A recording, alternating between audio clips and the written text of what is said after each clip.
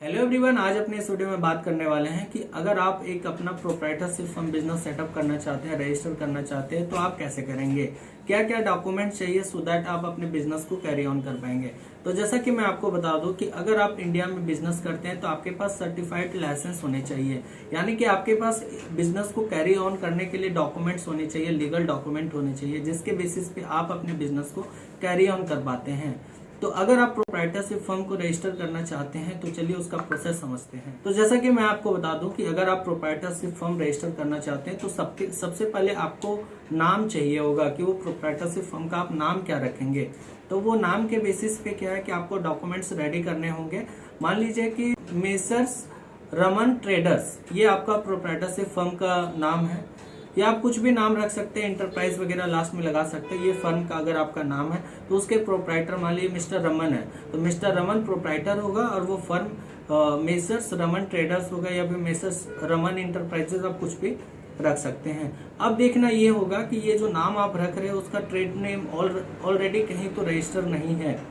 तो सबसे पहले आपको नाम को आइडेंटिफाई करना होगा, क्योंकि अगर आप बाद में अगर फ्यूचर में बड़ा काम करते हैं और उसका ट्रेड नेम कोई और बंदा लिया हुआ है, यानी कि मान लीजिए मेसर्स रमन इंटरप्राइजेस कोई और पर्सन लिया हुआ है, तो उस केस में आपको दिक्कत हो सकता है। तो सबसे पहले आपको एक नाम चाहिए होगा, उसके बेसिस पे आप क्या करेंगे, उद्यम रजिस्ट्रेशन बनाएंगे। उद्यम रजिस्ट्रेशन आधार बेस्ड रजिस्ट्रेशन होता है जो कि गवर्नमेंट ऑफ इंडिया की तरफ से इशू किया जाता है। आप उद्यम registration.gov.in पे जा करके ये सर्टिफिकेट आप बना सकते हैं। ये इसमें कोई भी फीस पेमेंट नहीं होता, ये आधार बेस्ड एप्लीकेशन होता है। उसके बाद अगर हम लोग दूसरे पॉइंट पे बात करें तो उसमें होता है फूड लाइसेंस। अगर आप खाने पीने से रिलेटेड कोई भी आइटम सेल आउट करते हैं तो उस केस में आपको फसाई का लाइसेंस होना अनिवार्य है। अगर आपका टर्नओवर 12 लाख रुपए तक का है तो सिर्फ रजिस्ट्रेशन लेने से काम चल जाएगा। वहीं अगर इससे ऊपर का टर्नओवर है तो उस केस में आपको स्टेट और सेंट्रल लाइसेंस लेने पड़ सकते हैं।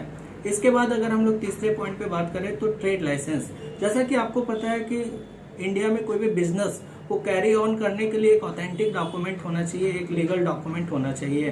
तो ट्रेड लाइसेंस आपको एक लाइसेंस प्रोवाइड करती है जिसके बेसिस पे आप अपने बिजनेस को चला सकते हैं, ऑपरेट कर सकते हैं।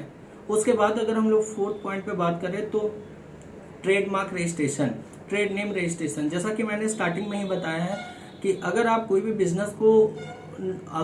बिजनेस के नाम से सर्टिफिकेट बनवाना चाहते हैं तो वो नाम आपके पास होना चाहिए।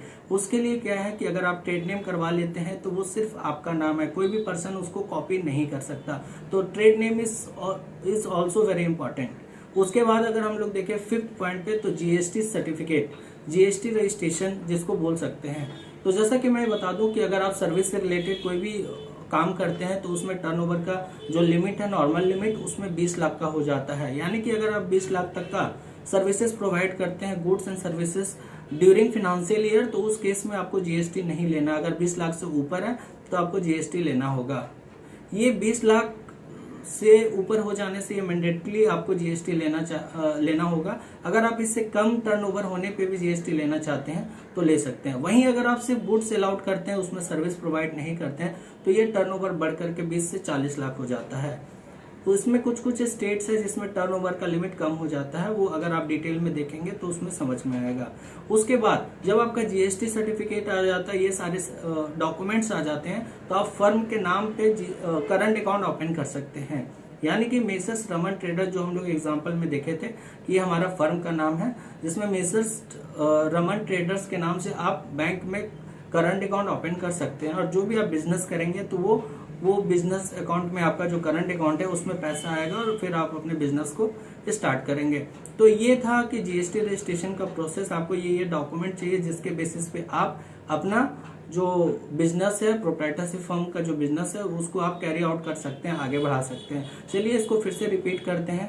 पहला आपको उद्यम रजिस्ट्रेशन चाहिए, उसके बाद सेकंड आपको फसाई का लाइसेंस चाहिए यानी कि फूड लाइसेंस, तीसरा ट्रेड लाइसेंस चाहिए, चौथा ट्रेडमार्क चाहिए, पांचवा जीएसटी सर्टिफिकेट। उसके बाद आपका करंट अकाउंट ओपन होता है और आप अपने बिजनेस को चलाते हैं। इस वीडियो में बस इतना ही। ऐसे इन्फॉर्मेटिव वीडियो के लिए हमारे चैनल पर बने रहे। Thank you very much.